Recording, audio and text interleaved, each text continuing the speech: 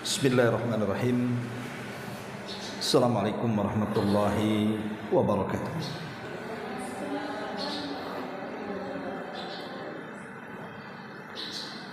Alhamdulillah wassalatu wassalamu ala Rasulillah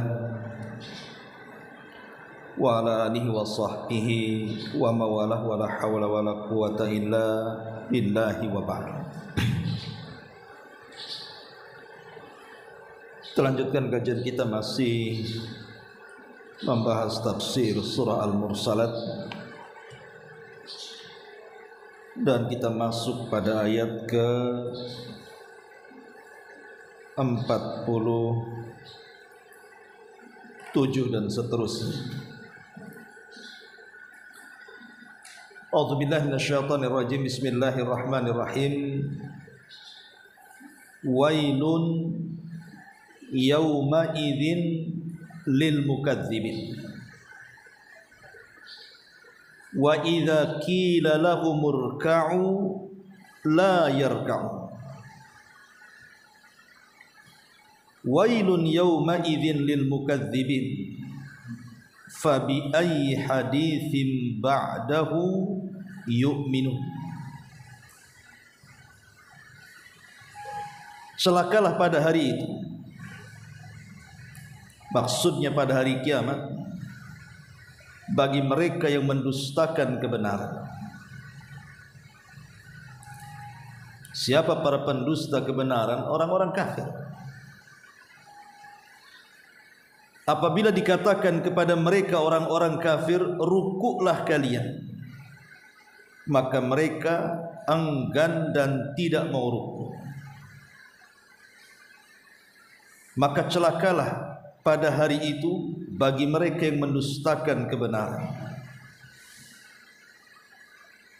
Fabi ayyi haditsin ba'dahu yu'minun. Maka kepada bacaan mana lagi selain Al-Quran mereka akan beriman. Ma'asyiral muslimat yang dimuliakan Allah Subhanahu wa ta'ala, 4 ayat ini menjelaskan tentang 2 amalan mulia yang sangat dibenci orang kafir. Pertama, salat, dan yang kedua, bacaan Quran. Karena di sini Allah Subhanahu wa taala menjelaskan kelak pada hari kiamat, ketika orang-orang kafir itu diperintahkan untuk ruku, maka mereka untuk ruku dan juga untuk sujud mereka tidak sanggup melakukannya. Karena di dunia ketika mereka disuruh ruku dan sujud mereka enggan melakukannya. Makanya Allah sebutkan dalam surah Al-Qalam ayat 42 itu, yauma yukshafu an saqin wa yud'auna ila sujudi fala yastati'un.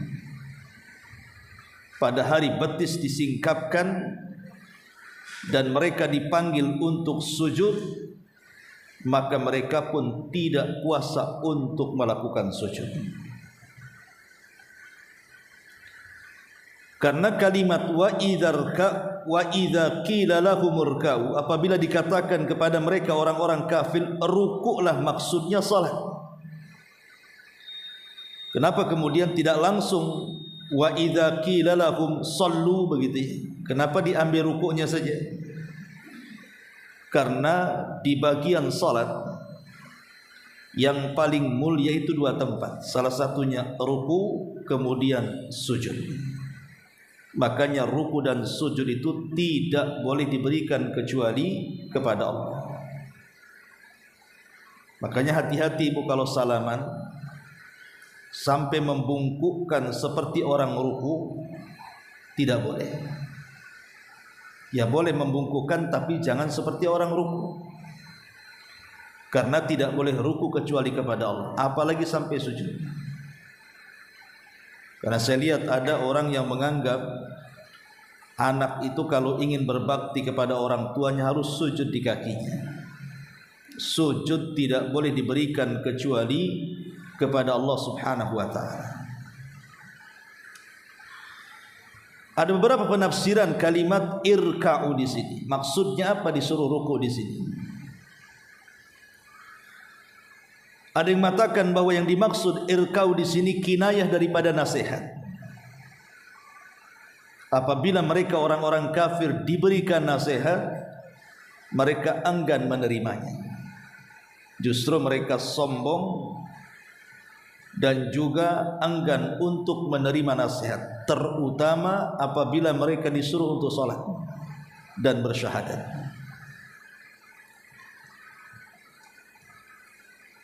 Ada juga yang mengatakan bahwa ayat ini turun kepada kabilah Tsaqif.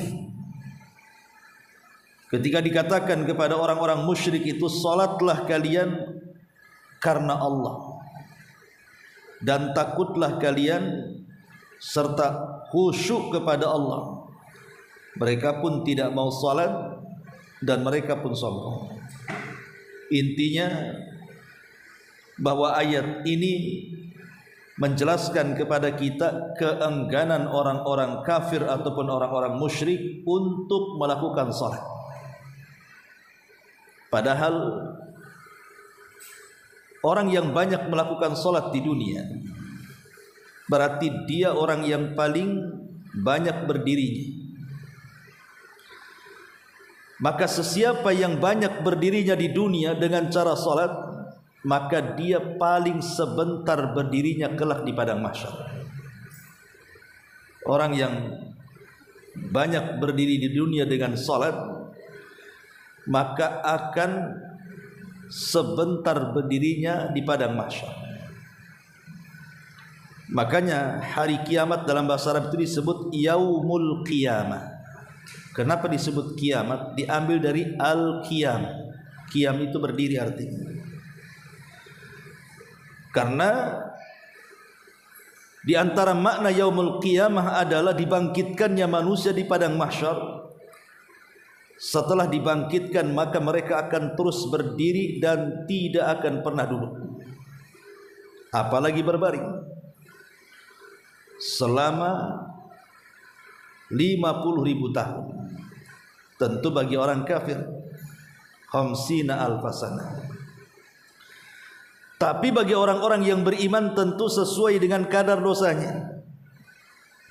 Jadi kalau dosanya banyak, ya boleh jadi dia akan lama berdirinya di padang mahsyar, karena secara otomatis juga hisabnya akan lama. Tapi yang sedikit maksiatnya dan banyak ibadahnya, terutama ibadah salat, maka ketika semakin lama berdiri di dunia dengan salat wajib dan sunnahnya, maka akan semakin sebentar berdirinya di padang mahsyar. Ma'asyiral muslimat yang dimuliakan Allah Azza wa Jalla, ketika manusia dikumpulkan di padang mahsyar, kemudian banyak peristiwa dan proses yang mereka akan jalani. Sampai pada waktunya Allah mengatakan waja'a rabbuka wal malaku saffan saffan, dan telah datang Rabbmu sementara malaikat berbaris bersab-bersab, artinya lurus bersab-sab. Makanya kita sampai disuruh kalau sedang salat untuk membuat saf itu seperti safnya para malaikat. Kata Rasul, ala tasuffuna kama tasufful malaika. Kenapa kalian tidak berbaris bersab-sab seperti barisan malaikat ketika mereka berbaris dengan sangat rapat dan sangat lurus? Lah ketika Allah Subhanahu wa taala datang menemui hambanya di padang mahsyar, dan itulah ru'yatullah, di mana Allah bisa tampak pertama kali, tentu bagi orang-orang yang beriman. Tapi bagi orang kafir akan terhalang. Karena Allah mengatakan, kalla yawma idzin an rabbihim lamahjubun. Ingatlah sekali-kali pada hari itu pandangan orang kafir akan terhalang ketika melihat Allah Subhanahu wa taala. Lah ketika itu Allah Subhanahu wa taala merintahkan untuk menggeret jahanam. Kemudian ditampakkan di depan manusia yang ada di padang mahsyar sejak zaman Adam sampai yang terakhir nanti, untuk diperlihatkan betapa besarnya jahanam itu. Maka kemudian malaikat pun menggeret jahanam yang memiliki 70.000 tali kekang, di mana setiap tali kekang akan digeret oleh 70.000 malaikat. Kemudian dihadapkan, digiring persis di hadapan manusia. Disitulah Allah Subhanahu wa taala ketika hendak menampakkan betisnya, yauma yukshafu an saqin, pada hari betis disingkapkan, maka orang-orang yang beriman mereka pun langsung tersungkur sujud. Tetapi orang-orang munafik dan orang-orang kafir ketika mereka berusaha untuk sujud, mereka tidak bisa, justru sujud ke belakang. Seperti orang kayang itu, tidak bisa ke depan, malah ke belakang. Ya. Dari sini Allah mengatakan wa yud'auna ila sujudi fala yastati'un. Ketika mereka dipanggil untuk sujud, mereka pun tidak kuasa untuk sujud. Karena di dunia mereka tidak pernah sujud, maka di akhirat selamanya dia tidak sanggup untuk sujud. Ketika dikatakan kepada mereka rukulah kalian, artinya salatlah kalian. Dalam salat ada ruku, ada sujud. Tetapi ketika Allah mengatakan wa idza qila lahumur ka'u la yarka'un, mereka tidak mau ruku, artinya tidak mau salat. Makanya Allah Subhanahu wa taala sediakan satu neraka khusus kepada mereka yang disebut dengan Saqar. Allah katakan dalam surah Al-Mudaththir 4244 itu, ma salakakum fi saqar qalu lam nakum minal musallin. Kenapa kalian bisa masuk ke neraka Saqar, kata Allah? Maka mereka mengatakan karena kami di dunia tidak pernah sholat. Jadi inilah ibadah atau amalan mulia yang sangat dibenci orang kafir. Ini yang pertama. Tapi sebelum kita lanjut ke yang kedua, salat ini sedikit kita cerita faedah salatnya. Ma'asyiral muslimat yang dimuliakan Allah Subhanahu wa taala, apa sih sebenarnya rahasia di balik salat ini? Kenapa salat ini menentukan seseorang bisa ruku dan sujud pada hari kiamat dan menentukan kebahagiaan kita di hadapan Allah setelah kematian kita? Pertama, karena hikmahnya adalah ketika Allah Subhanahu wa taala menciptakan saya, ibu atau siapapun manusia, bahkan kalangan jin sekalipun, tujuan penciptaan kita dan jin itu adalah untuk beribadah. Wa ma khalaqtul jinna wal insa illa liya'budun. Tidaklah kuciptakan jin dan manusia kecuali kita disuruh untuk beribadah. Dan di antara ibadah, dari semua ibadah yang diperintahkan Allah, yang ada hubungan erat antara kita dengan Allah, bahkan terjadi dialog antara kita dengan Allah, adalah salat. Karena di situ terjadi dialog kita dengan Allah ketika membaca surah Al-Fatihah dalam salat. Karena apabila kita katakan alhamdulillahi rabbil alamin, maka Allah mengatakan asna alayya abdi. Kalau kita katakan ar-Rahman ar-Rahim, maka Allah akan katakan hamidani abdi. Kemudian ar-Rahman ar-Rahim asna alayya abdi. Kemudian maliki yaumiddin majjadani abdi. Jadi kalau kita katakan segala puja dan puji hanya milik Allah Rabb semesta alam, maka Allah akan mengatakan kepada kita, lihat hambaku sedang menyanjungku. Apabila kita katakan ar-Rahman ar-Rahim, Allah maha penyayang lagi maha pengasih, maka Allah katakan kepada kita, asna alayya abdi, lihat hambaku sedang memuja-muji aku. Apabila kita mengatakan maliki yaumiddin, maka Allah mengatakan majjadani abdi, lihat hambaku sedang membesar-besarkan dan mengagung-agungkan diriku.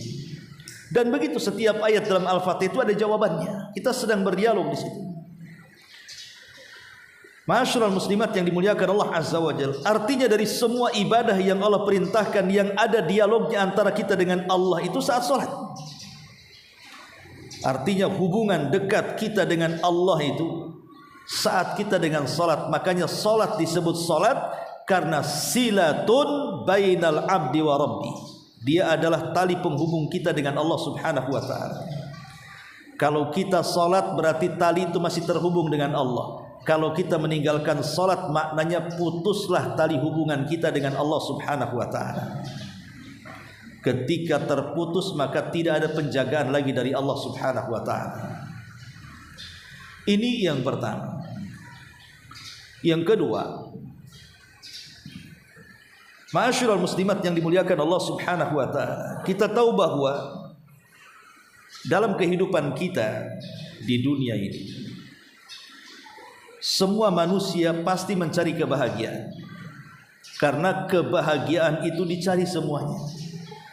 Orang anak kecil pengen bahagia, orang remaja pengen bahagia, orang dewasa pengen bahagia, orang tua pengen bahagia, orang mukmin pengen bahagia, orang kafir pengen bahagia, laki-laki pengen bahagia, perempuan juga pengen bahagia. Bahagia itu dicari semua orang.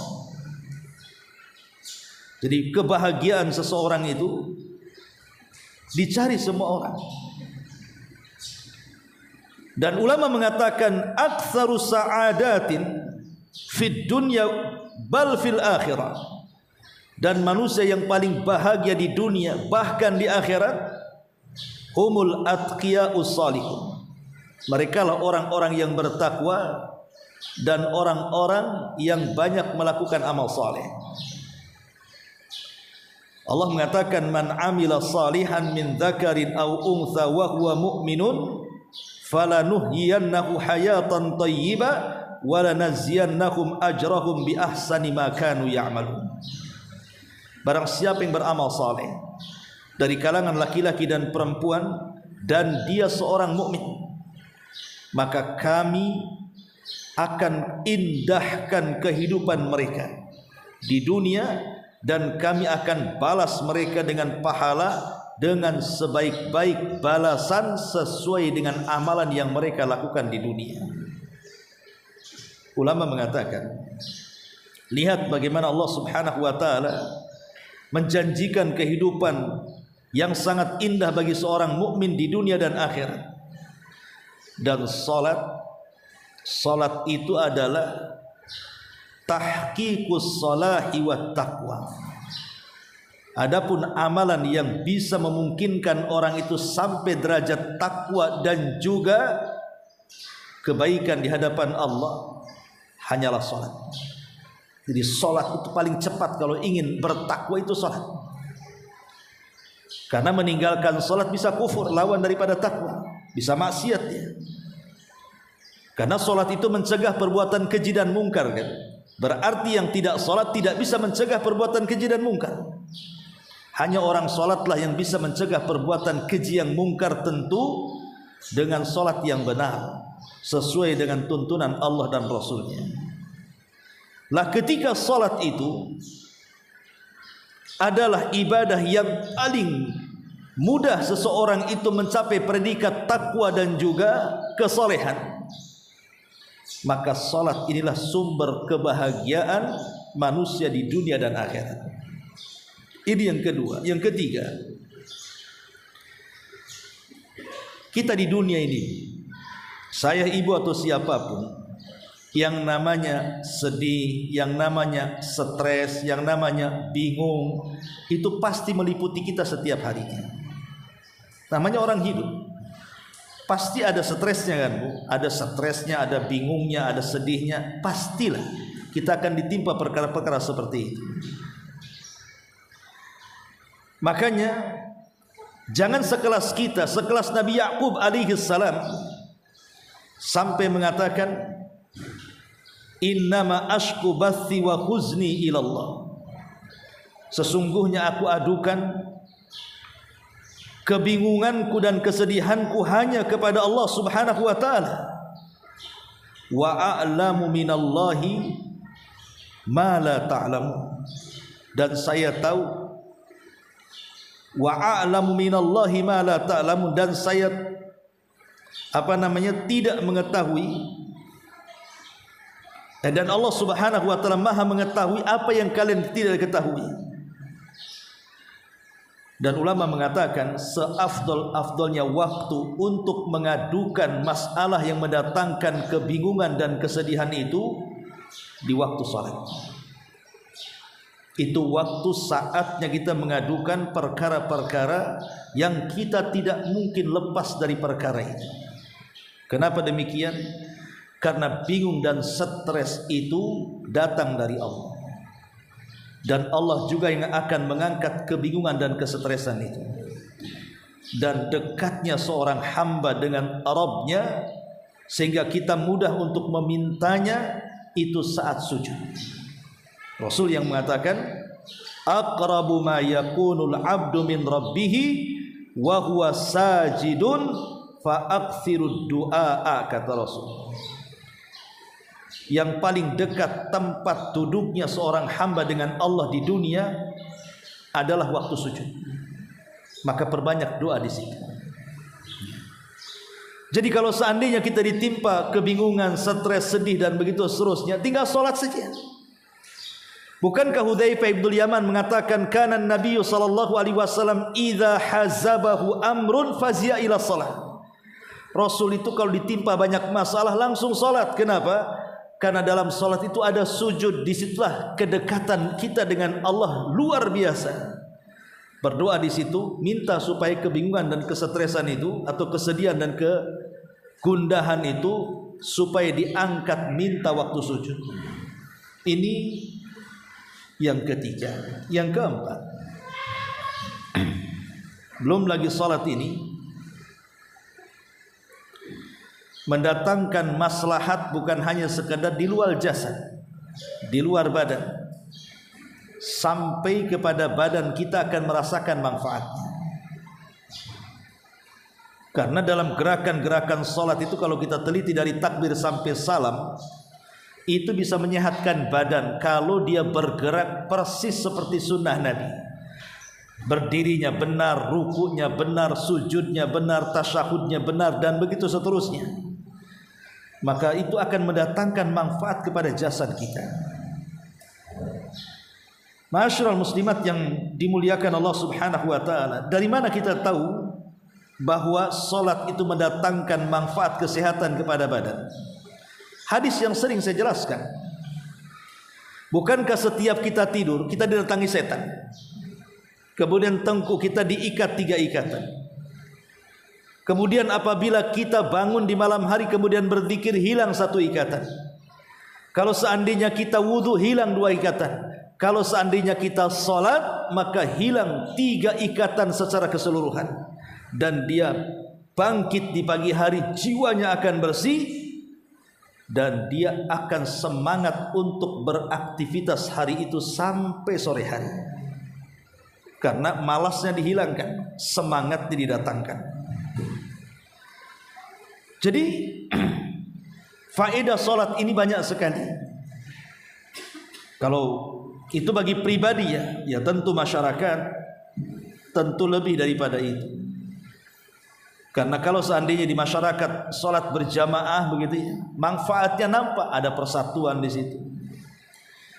Bahwa Islam tidak mengajarkan perbedaan satu dengan yang lainnya. Kalau orang sudah masuk masjid, mau anda pejabat, mau anda orang kaya, mau anda presiden, tidak bisa nyerobot ke saf pertama kalau datangnya masbuk. Ya tetap saja di belakang. Artinya di situ Islam mengajarkan dinus sawasiyah, artinya Islam itu agama pemerataan, semua sama di hadapan Allah. Yang membedakan hanyalah ketakwaan kita kepada Allah Subhanahu wa taala. Lah bayangkan ibadah yang banyak manfaatnya ini, orang-orang kafir tidak mau melakukannya. Wa idza qila lahumur ka'u la yarka'u. Ketika disuruh salat mereka tak mau salat. Ini di dunia, ikhwatu fi ibu-ibu yang dimuliakan Allah Subhanahu wa taala. Kalau kita melihat tentang faedah salat di akhirat, itu luar biasa. Apa saja faedah salat itu di akhirat? Kalau tadi kan kita bicara tentang faedah salat di dunia. Lalu apa faedah salat di akhirat? Pertama, bahwa salat itu akan menghindarkan kita dari azab kubur. Ingat ketika kita membicarakan tentang ketika Nabi SAW bermimpi, dalam mimpinya kemudian dibawa oleh dua malaikat kemudian naik ke atas gunung yang tinggi. Tiba-tiba kemudian Rasul diperlihatkan berbagai macam azab kubur di situ. Salah satunya adalah Rasul melihat ada orang yang terlentang. Kemudian di sampingnya ada malaikat yang membawa batu kemudian dibenturkan di kepalanya sampai mati. Kemudian dihidupkan kembali, dibenturkan lagi kepalanya, terus seperti itu sampai dia merasakan azab Allah Subhanahu wa taala. Ketika ditanya, apa sih dosa orang itu? Rupanya dosa orang itu karena di saat datang waktu sholat, bukannya sholat malah dia tidur. Ini azan sudah berkumandang, bukannya cepat mengambil wudhu kemudian sholat, malah tidur. Kecuali kalau dalam kondisi darurat, dia memang mengantuk sekali, ya memang tidur dulu supaya sholatnya khusyuk. Karena orang kalau ngantuk sekali sholat, nanti bacaannya macam-macam tuh yang dibaca. Bahkan Fatihah dah hafal tuh kalau udah ngantuk tuh. Ya. Tapi kalau seandainya menjadi sebuah kebiasaan, datang waktu sholat tidur, datang waktu sholat tidur, ini masuk dalam kategori wailun lil musallin. Celaka bagi orang-orang yang sholat, alladzina hum an salatihim sahun, bagi yang sahun atau lalai dalam sholat, suka mengakhir-akhirkan waktunya, tidak mau menepat-nepatkan waktunya. Jadi dengan sholat kita akan terhindar dari azab kubur. Kemudian juga dengan salat nanti pada hari kiamat, maka Allah Subhanahu wa taala masih menggolongkan kita sebagai orang-orang yang beriman, digolongkan dengan golongan orang-orang yang beriman. Karena salat itu pembeda antara mukmin dan kafir. Faman tarakaha faqad kafar. Siapa yang meninggalkan salat maka dia telah kufur. Berarti orang yang tidak salat itu hakikatnya dia tidak Islam. Tapi orang yang salat hakikatnya dia seorang muslim, karena hanya seorang muslimlah yang melakukan salat. Ma'asyiral muslimat yang dimuliakan Allah Subhanahu wa taala, dan lebih daripada itu, salat adalah jalan menuju surga yang paling mudah. Kalau ingin masuk surga dengan mudah, salat. Makanya Rabi'ah ibn Harith Al-Aslami radhiyallahu an pernah meminta kepada Rasul untuk dijadikan temannya di surga. Kemudian Rasul mengatakan kepada Rabi'ah, baik, saya akan kabulkan, tapi syaratnya bantu untuk mewujudkan cita-citamu menjadi temanku di surga. Kata Rabi'ah, apa itu amalannya wahai Rasul? Kata Rasul kepada Rabi'ah ini, perbanyak sujud. Maksudnya perbanyak salat, maka engkau akan menjadi temanku di sorga. Jadi bukan hanya masuk sorga, jadi menjadi teman Nabi lagi di sorga. Itulah faedah salat di akhirat. Langsung akan diberikan hadiah dalam bentuk salat.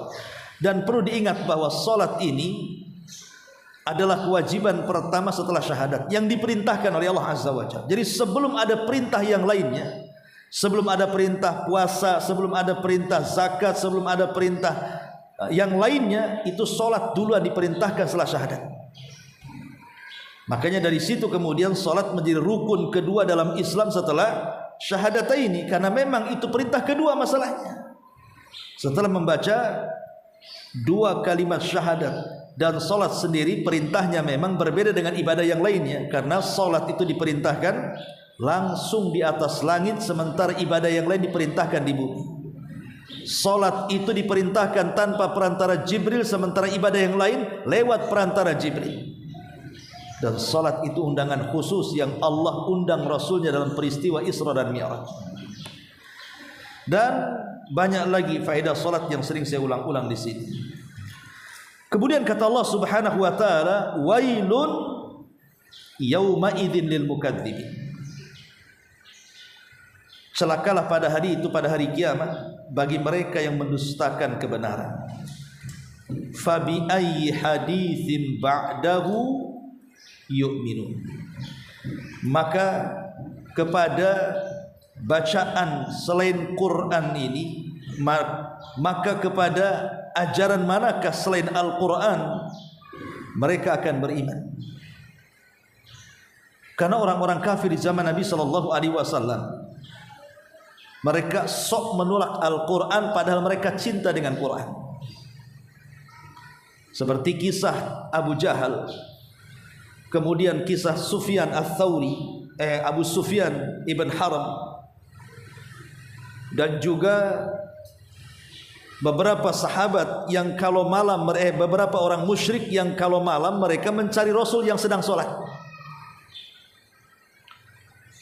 Apabila Rasul sudah mulai start sholat malam, kemudian dia keraskan bacaannya, maka Abu Jahal, Abi Sufyan, dan orang musyrik yang lainnya, itu mereka merasa lezat ketika Rasul membaca Quran, karena apalagi Rasul punya suara indah. Dan mereka menganggap bahasa Quran itu adalah bahasa yang tidak bisa dijangkau dengan syair. Karena gini Bu ya, Quran itu mukjizat terbesar dari seluruh mukjizat yang ada. Dan setiap nabi ketika turun mukjizat itu disesuaikan dengan kebiasaan kaumnya. Contoh mamanya Nabi Musa, kebiasaan kaumnya apa? Melakukan praktek sihir. Makanya Musa diberikan mukjizat yang mirip dengan sihir, padahal bukan sihir, itu mukjizat. Tongkat jadi ular gitu ya.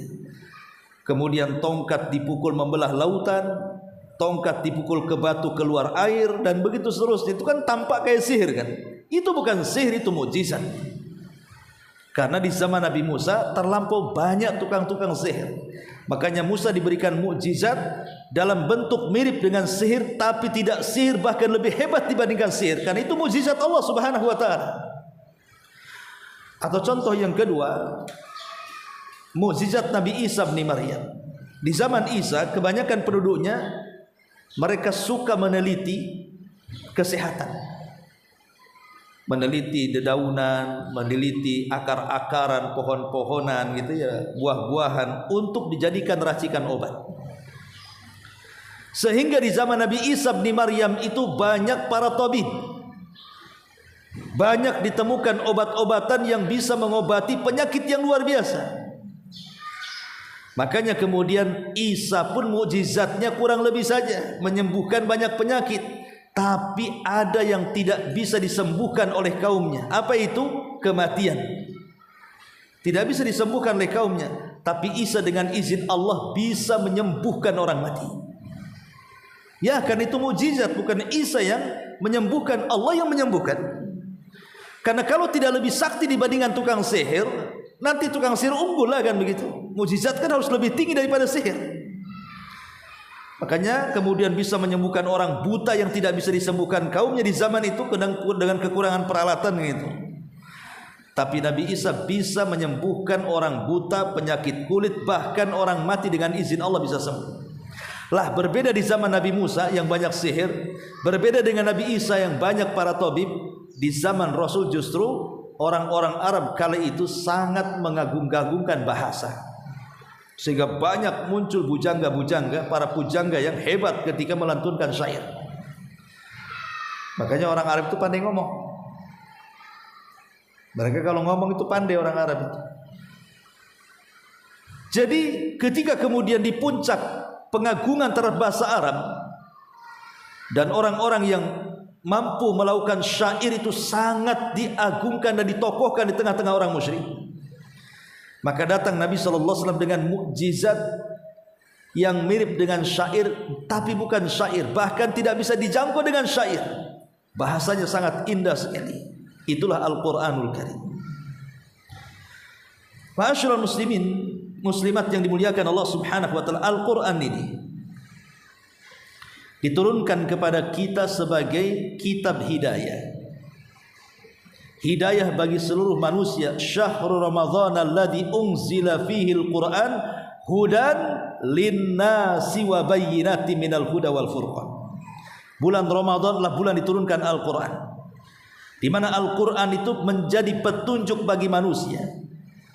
Tapi di permulaan Al-Baqarah Allah katakan hudan lil muttaqin, bahwa Quran itu petunjuk bagi orang-orang yang bertakwa. Tapi di ayat yang lain petunjuk bagi orang-orang yang petunjuk bagi manusia. Maknanya secara umum Al-Quran itu mengkhitab semua manusia, tapi yang dapat mengambil manfaat dari Quran itu hanya orang-orang yang bertakwa. Itu maksudnya. Ya, secara umum Quran hidayah bagi manusia, tapi yang mengambil manfaat itu hanya orang-orang yang bertakwa. Orang kafir tidak mengambil manfaat. Padahal Quran ini pengaruhnya dahsyat. Pengaruh Quran luar biasa. Ya. Kalau seandainya Al-Quran ini diturunkan oleh Allah ke gunung-gunung, bukan kepada manusia, karena makhluk yang paling kuat di bumi itu adalah gunung. Dari seluruh makhluk Allah yang Allah ciptakan di bumi ini, yang paling kuat adalah gunung. Lihat, gunung itu sangat kokoh sekali, yang isinya batu tinggi menjulang itu. Tapi kalau seandainya Allah turunkan Al-Quran kepada gunung, maka gunung akan ketakutan, bahkan akan meledak saking takutnya gunung ini kepada Allah. Dan itu disebutkan dalam Quran, "Lau anzalna hadzal Qur'ana 'ala jabalin la ra'aitahu khashi'an mutasaddian min khasyatillah." Kalau seandainya kami turunkan Al-Quran itu kepada gunung, maka engkau lihat gunung itu akan takut luar biasa kepada Allah dan akan bergetar, bahkan hancur, karena ketakutan yang bersangatan kepada Allah Subhanahu wa ta'ala. Bahkan lebih daripada itu, jin di masa Nabi SAW nyasar ke kebun nakhla, sekitar 7 jin. Tiba-tiba Nabi SAW sedang sholat fajar dan membaca surah Toha. Setelah membaca surah Toha dan selesai sholat, tiba-tiba jin yang mendengarkan itu semua beriman. 7 jin itu disebut dengan Nusaybin, jin dari Yaman. Makanya Allah berikan keutamaan orang Yaman. Manusia dan jinnya dua-duanya dimuliakan Allah Azza wa Jalla. Manusianya dimuliakan karena orang-orang Ansar itu semua turunan Yaman. Dan di akhirat mereka lah ahlu Yaman yang akan pertama kali minum dari telaga Nabi. Begitu juga jin, di mana sahabat yang pertama dari kalangan jin 7 orang atau 7 jin, itulah jin Nusaybin. Dari mana Nusaybin? Kabilah dari Yaman. Jadi jin dan manusianya dimuliakan oleh Allah Subhanahu wa ta'ala. Ketika mendengar ayat Al-Quran, mereka pun langsung mengatakan kepada yang lainnya, diam, diam. Ini suara apa indah sekali. Maka semua jin yang 7 diam, kemudian mendengarkan dengan seksama. Tiba-tiba mereka paham bahwa itu wahyu dari Allah. Mereka pun beriman kepada Rasulullah SAW. Sehingga Allah katakan dalam surah Al-Ahqaf ayat 29 sampai 32 itu, wa id sarafna 'alaika nafaran minal jinni yastami'una al-Qur'an falamma hadaruhu qalu ansitu falamma qudiya wallau ila qaumihim mundzirin. Dan ingatlah ketika kami palingkan beberapa jin itu menuju Nabi SAW dan mendengarkan bacaan Al-Quran. Ketika mulai Rasul baca Quran, qalu, sebagian mereka mengatakan ansitu, diam, diam, dengerin, dengerin. Akhirnya mereka mendengarkan dan langsung beriman. Ketika selesai mendengarkan dan beriman, mereka pun kembali kepada kaumnya dan mendakwahkan dakwah Islam, sehingga ribuan jin masuk Islam di saat para sahabat belum banyak masuk Islam. Jin sudah banyak dulu masuk Islam tuh dari kalangan sahabat Rasul. Dan tentu jin yang merupakan sahabat Rasul lebih mulia dibandingkan kita, karena kita bukan sahabat Nabi sallallahu alaihi wasallam. Lihat pengaruhnya Al-Quran kepada jin sampai diturunkan satu surat tersendiri namanya Suratul Jin. Qul uhiya ilayya annahu istama'a nafarun minal jinni faqalu inna sami'na qur'anan ajaba yahdi ila rusydi fa amanna. Sungguh telah diwahyukan, katakan ya Muhammad, telah diwahyukan kepadaku ada sekelompok jin yang mendengarkan Quran. Kemudian mereka mengatakan kami sedang mendengarkan Quran yang sangat menakjubkan, yang memberikan petunjuk kepada kebenaran, maka kami pun beriman dan kami berjanji untuk tidak menyekutukan Allah dengan siapapun. Lihat bagaimana Quran mempengaruhi bangsa jin. Bahkan air yang kita minum, coba ibu ambil satu botol aqua, kemudian kita bacakan Al-Fatihah 3 kali dengan setiap ayat ditiup, jadilah air ruqyah. Itu kalau diteliti air ruqyah itu sebagaimana yang pernah diteliti orang-orang Jepang dengan peralatan mereka, bahwa air yang dibacakan Quran dengan air yang tidak dibacakan Quran itu berbeda. Kalau air dibacakan Quran itu akan memadatkan molekul, bahkan akan menjadi detox untuk membersihkan penyakit. Jadi sebenarnya ibu-ibu bisa kalau membuat air ruqyah dengan cara apa? Ambil air seperti ini, air seperti ini. Ini punya air di gelas, ibu bacakan saja dengan niat untuk menyembuhkan. Setiap membaca auzubillahi minasyaitonirrajim, bismillahirrahmanirrahim, tiup. Ya. Kemudian alhamdulillahirabbil alamin, tiup lagi. Setiap ayat tiup air itu. 3 kali surah Al-Fatihah ini sudah menjadi air ruqyah. Bisa digunakan untuk anak punya lagi sakit, ya kan? Kan ibu nggak mungkin nggak bisa baca Fatihah begitu saja. Asal niatnya yang benar saja. Ikhlaskan Allah Subhanahu wa taala dan minta kesembuhan lewat sebab air ruqyah tadi. Lah air ruqyah ini bisa menghilangkan racun. Itulah pengaruh Quran kepada air. Bahkan di dalam surah Al-Maidah ayat 83 Allah mengatakan, wa idza sami'u ma unzila ila rasul tara a'yunuhum tafidu minad dam'i mimma arafu minal haqq yaquluna rabbana amanna faktubna ma'asy syahidin. Dan apabila mereka mendengarkan apa yang diturunkan kepada Rasul, maksudnya Quran, kamu lihat mata mereka mencucurkan air mata disebabkan kebenaran Al-Quran yang telah mereka ketahui dari kitab-kitab sebelum mereka. Seraya berkata, ya Rabb kami telah beriman, maka catatlah kami bersama orang-orang yang menjadi saksi atas kebenaran Al-Quran dan kenabian Nabi Muhammad SAW. Ayat ini ada sebab nuzulnya, surah Al-Maidah 83 itu. Jadi ketika para sahabat hijrah pertama sebelum ke Madinah, kemana? Ke Habasyah. Rasul hijrah 2 kali ke sana. Para sahabat hijrah 2 kali ke Habasyah. Ketika ada pensyariatan hijrah ke Madinah, maka Rasul meminta seluruh para sahabat yang ada di Habasyah untuk ke Madinah. Karena Allah sudah menentukan tempat hijrah. Maka semua sahabat yang ada di Habasyah itu mereka menuju Madinah dan hidup di kota Madinah. Najasyi, Ashama ibn Afjur itu kan beriman sembunyi-sembunyi. Tidak ada kaumnya yang tahu Najasyi sudah beriman kan.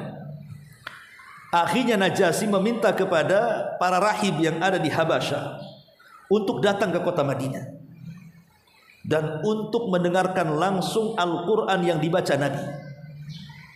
Maka berangkatlah 60 para rahib Nasrani dari Habasyah, Ethiopia, menuju kota Madinah. Sampai di kota Madinah, mereka 60 rahib itu berjumpa dengan Rasul. Kemudian meminta agar Rasul membacakan Quran kepada mereka. Maka Rasul mulai membacakan Al-Quran di hadapan rahib-rahib yang datang dari Ethiopia itu. Entah kenapa dan siapa yang menggerakkannya, tiba-tiba para rahib itu mencucurkan air mata sampai membasahi janggutnya. Dari sini turun ayat ini.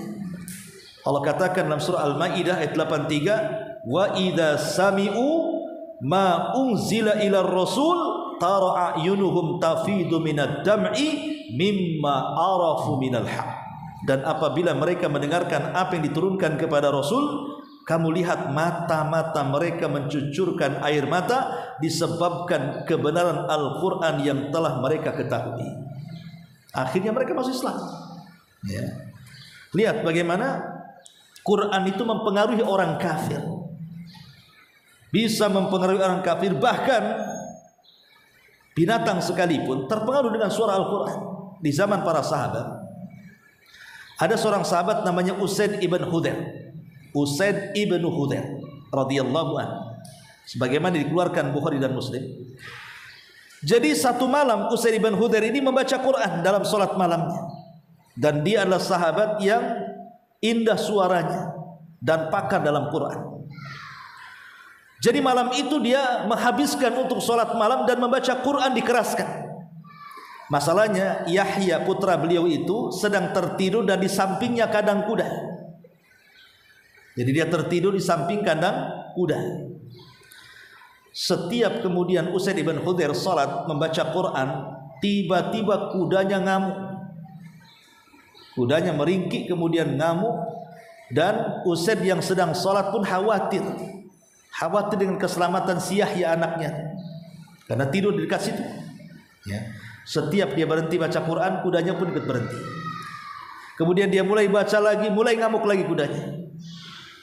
Sampai akhirnya dia melihat ada cahaya yang nampak dari langit menuju dirinya. Akhirnya dia pun menghentikan sholatnya karena takut kondisi Yahya yang dekat dengan kuda tadi, putranya. Hal ini sampai kepada Nabi SAW. Kemudian Usaid bertanya, Rasul, waktu semalam aku sholat dan aku membaca Quran, kuda-kuda itu meringkik, bahkan mengamuk. Dan setelah aku hentikan bacaan Quran itu, tiba-tiba ada cahaya ikut terhenti juga. Ketika aku membaca, cahayanya semakin mendekat. Ketika aku berhenti juga cahaya itu. Maka Rasul mengatakan, tilkal malaikatu dan danat li sautika, itulah malaikat yang mendekat kepada suara. Cahaya itu adalah malaikat yang sedang mendekat cahaya kepada bacaan Quran. Kata Rasul, walau qara'ta la asbahta yamdurun nasu ilaiha la tatawara minhum. Kalau engkau terus membacanya dan terus membacanya, maka malaikat akan turun dari langit ke bumi dan manusia bisa menyaksikannya. Lihat bagaimana Quran itu mempengaruhi binatang, kan? Mempengaruhi gunung, mempengaruhi air, mempengaruhi orang kafir gitu ya. Bahkan mempengaruhi rahib-rahibnya Nasrani. Bahkan Quran juga mempengaruhi seorang yang beriman. Orang yang tadinya ahli maksiat kemudian belajar Quran, membaca Quran, akhirnya bertobat kepada Allah Subhanahu wa ta'ala. Lah Quran, bayangkan semenarik ini, mukjizat yang paling besar, orang-orang kafir tidak membacanya. Makanya wajar kalau Allah katakan, fabi ayyi haditsin ba'dahu yu'minun.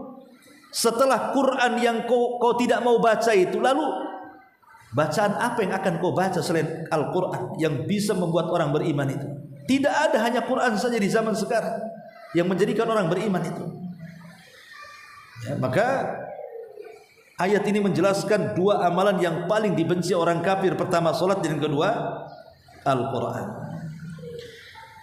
Bahkan ibu-ibu yang dimuliakan Allah Azza wa Jalla, ada satu kisah di zaman Umar bin Khattab radhiyallahu anhu.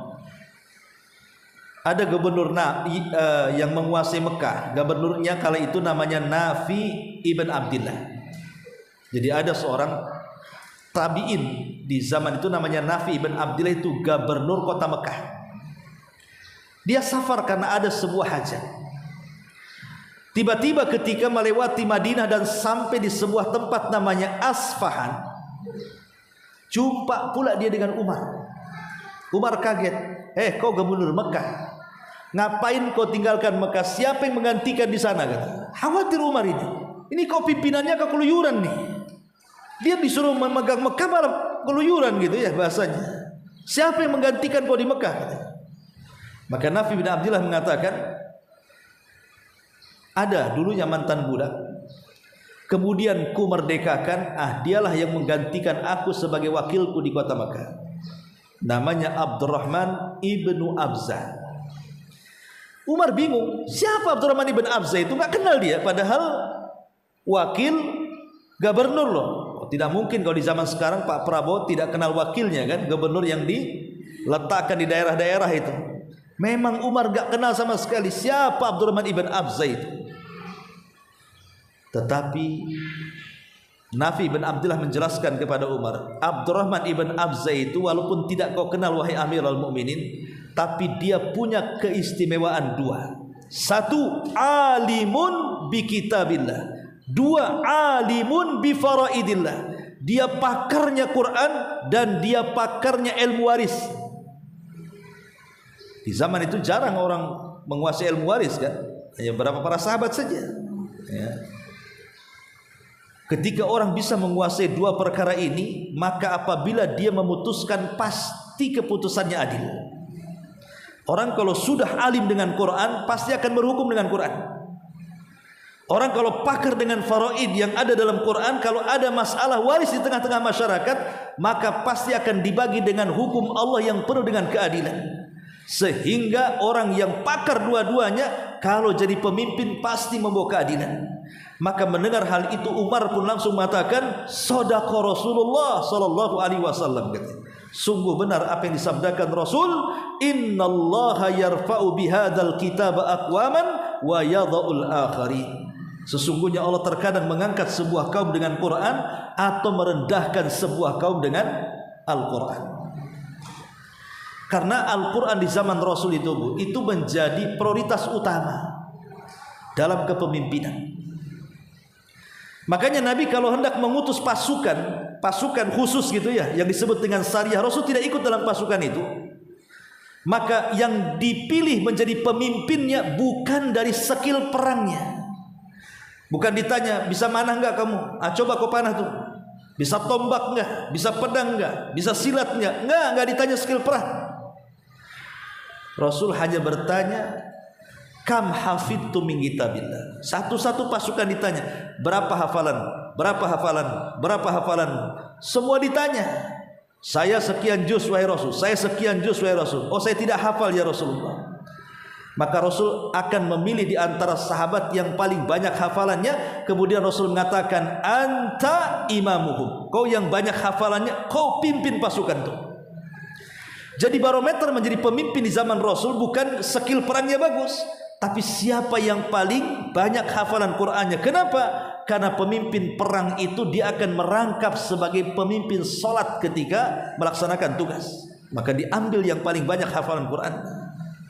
Makanya para sahabat berlomba-lomba untuk memperbanyak hafalan Quran supaya mereka menjadi pemimpin perang yang dipilih oleh Nabi Shallallahu Alaihi Wasallam. Kan itu sebuah kebanggaan mentaati Allah dan Rasulnya. Bahkan di zaman Nabi SAW ada seorang wanita, seorang Ansor. Rasul sedang membuat taklim seperti inilah, ngaji gitu ya di Masjid Nabawi.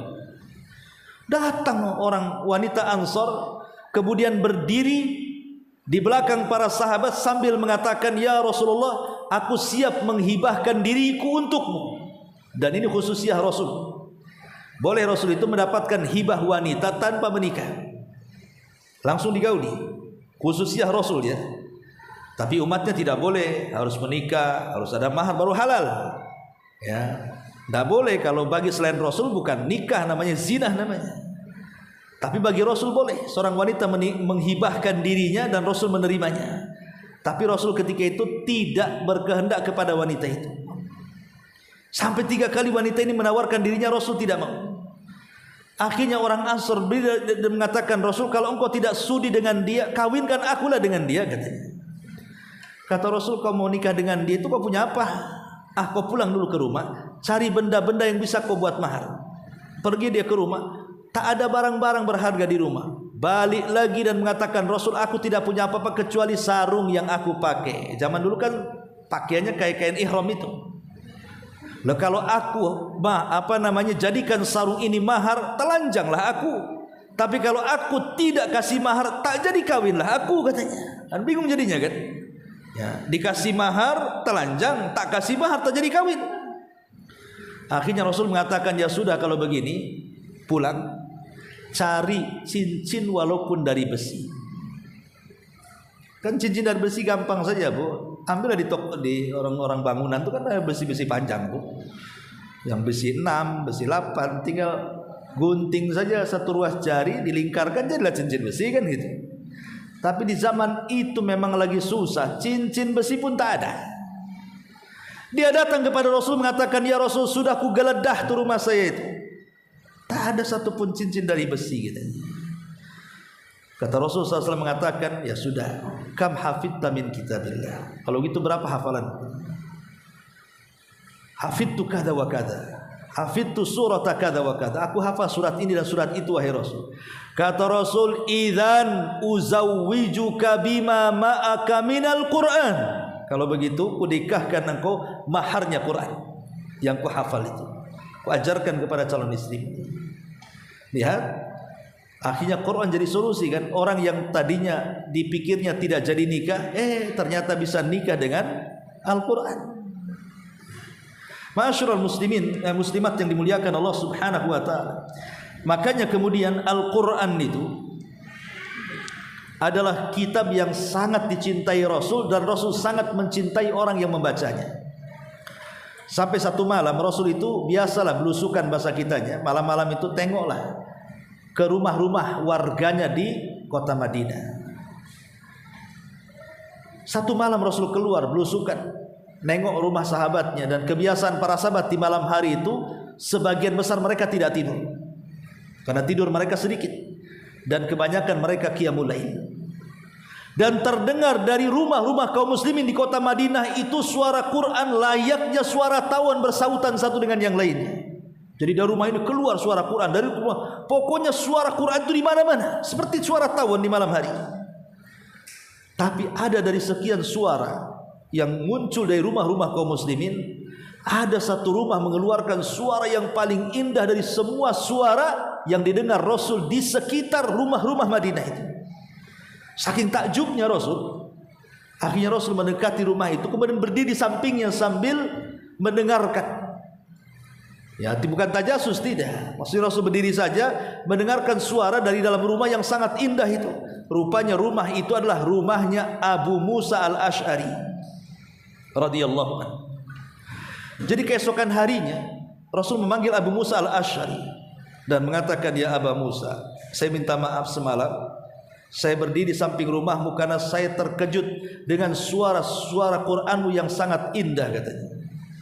Abu Musa kaget dan mengatakan, ya Rasulullah, kalau aku tahu engkau ada di samping rumahku dan mendengarkan aku baca Quran, ku indahkan kembali bacaanku, katanya. Itu belum seberapa, katanya. Kalau ku tahu kau mendengarkannya, ku indahkan lagi suara itu, wahai Rasul. Apa kata Rasul? Ya Aba Musa, la sautuka kamizmar min mazamiri ali Daud. Wahai Aba Musa, suara Qur'anmu persis seperti Daud ketika taronum dengan zaburnya, katanya. Saking indahnya. Lihat, Rasul saya tertekun suka dengan orang yang bagus suaranya kan, karena Quran itu sudah indah dan akan diperindah dengan bacaan yang indah. Makanya ketika Rasul pulang dari safar, Rasul, Abu Bakar dan Umar kemudian masuk ke Masjid Nabawi. Ketika terhalang dinding, ada suara yang luar biasa indahnya. Rupanya yang membaca suara itu adalah Abdullah ibn Mas'ud radhiyallahu anhu. Ketika itu Rasul mengatakan kepada Abu Bakar, kau dengar suara orang itu? Wahai Abu Bakar, ya, kata Abu Bakar. Kau dengar suara itu wahai Umar? Ya, aku mendengarnya wahai Rasul. Tahu enggak suara itu suara siapa? Kemudian Rasul mengatakan, ya Abu Bakar, ya Umar, kalau engkau ingin tahu ketika Jibril menurunkan wahyu kepadaku suaranya seperti apa, suaranya seperti orang itu, katanya. Ditunjukkan kepada siapa? Abdullah ibn Mas'ud. Ya. Ketika kemudian Nabi SAW menyebutkan Abdullah ibn Mas'ud suaranya disejajarkan dengan Jibril, Umar ingin memberitahu Abdullah ibn Mas'ud sebelum Abu Bakar. Pagi-pagi buta Umar datang ke rumah Abdullah ibn Mas'ud dan mengatakan, absyir ya Aba Mas'ud, katanya. Berbahagialah wahai Abdullah ibn Mas'ud, suaramu disejajarkan oleh Nabi dengan suara Jibril. Apa kata Abdullah ibn Mas'ud? saya sudah tahu wahai Umar, karena Abu Bakar tadi sudah ngasih tahu. Kalah dia dengan Abu Bakar. Maka Umar tidak bisa menandingi gaya Abu Bakar dalam beramal. Jadi memang Quran itu sangat diagungkan di zaman itu. Tapi di siang hari Quran ini menjadi musuh bagi orang-orang kafir. Tapi di malam hari Quran itu menjadi sesuatu yang paling dicintai untuk didengar oleh orang-orang kafir. Makanya Allah mengatakan fabi ayyi haditsin ba'dahu yu'minun. Bacaan Quran ini sudah cukup, mau baca yang mana lagi? Enggak ada selain Quran itu yang bisa menenangkan. Bahkan Rasul mengatakan ketika mengucapkan menyebutkan keutamaan Al-Baqarah, maka Rasul mengatakan apa? Man akhadahu fa inna akhdahu barakatun wa inna tarkahu hasratun wa la tastati'u hal batalatu. Siapa yang mengambilnya pasti diberkahi, siapa yang meninggalkannya pasti rugi, dan tidak ada satupun setan dan tukang sihir yang akan mengganggunya selama-lamanya. Kenapa? Karena bacaan surah Al-Baqarah alias bacaan Quran ini membuat pengaruh besar bagi setan, di mana setan tidak suka ketika orang membaca Quran, pasti dia lari. Makanya kata Abu Hurairah ketika dia menangkap setan di malam hari, ketika disuruh untuk menjaga pemberian zakat, tiba-tiba setan mencuri gandum, ditangkap sama Abu Hurairah. Kata Abu Hurairah, kau akan kulaporkan kepada Nabi. Kata orang ini, jangan, aku ini orang susah, tapi gini saja, sebagai imbalannya saya akan ajarkan kepadamu sebuah kalimat yang kalau engkau baca sebelum tidur sampai pagi tidak akan disentuh setan. Tiba-tiba diajarkan ayat kursi. Kemudian dilaporkan kepada Rasul. Kata Rasul, tahukah kamu siapa yang mengajarkan ayat kursi itu wahai Abu Hurairah? Kata Abu Hurairah, Allah dan Rasulnya yang tahu. Kata Rasul, fa innahu syaitan sadaqaka wa huwa kadzub. Dia adalah setan. Dia mengucapkan kebenaran dalam masalah ini, maksudnya dalam masalah ayat kursi, tapi yang lainnya dia adalah seorang pendusta. Ya. Dari sini kita tahu, lihat bagaimana pengaruh Al-Quran itu bisa mengusir setan. Dan banyak lagi keistimewaan yang jelas bahwa dua amalan ini adalah amalan yang dibenci orang kafir, maka amalan ini juga harusnya amalan yang paling dicintai orang yang beriman. Kalau kita seorang yang beriman, cintai Quran dan cintai sholat, karena dua amalan inilah yang akan menyelamatkan kita di dunia dan akhirat. Wallahu a'lam bishawab. Sebelum saya tutup, silakan kalau ada yang bertanya, tafadhol.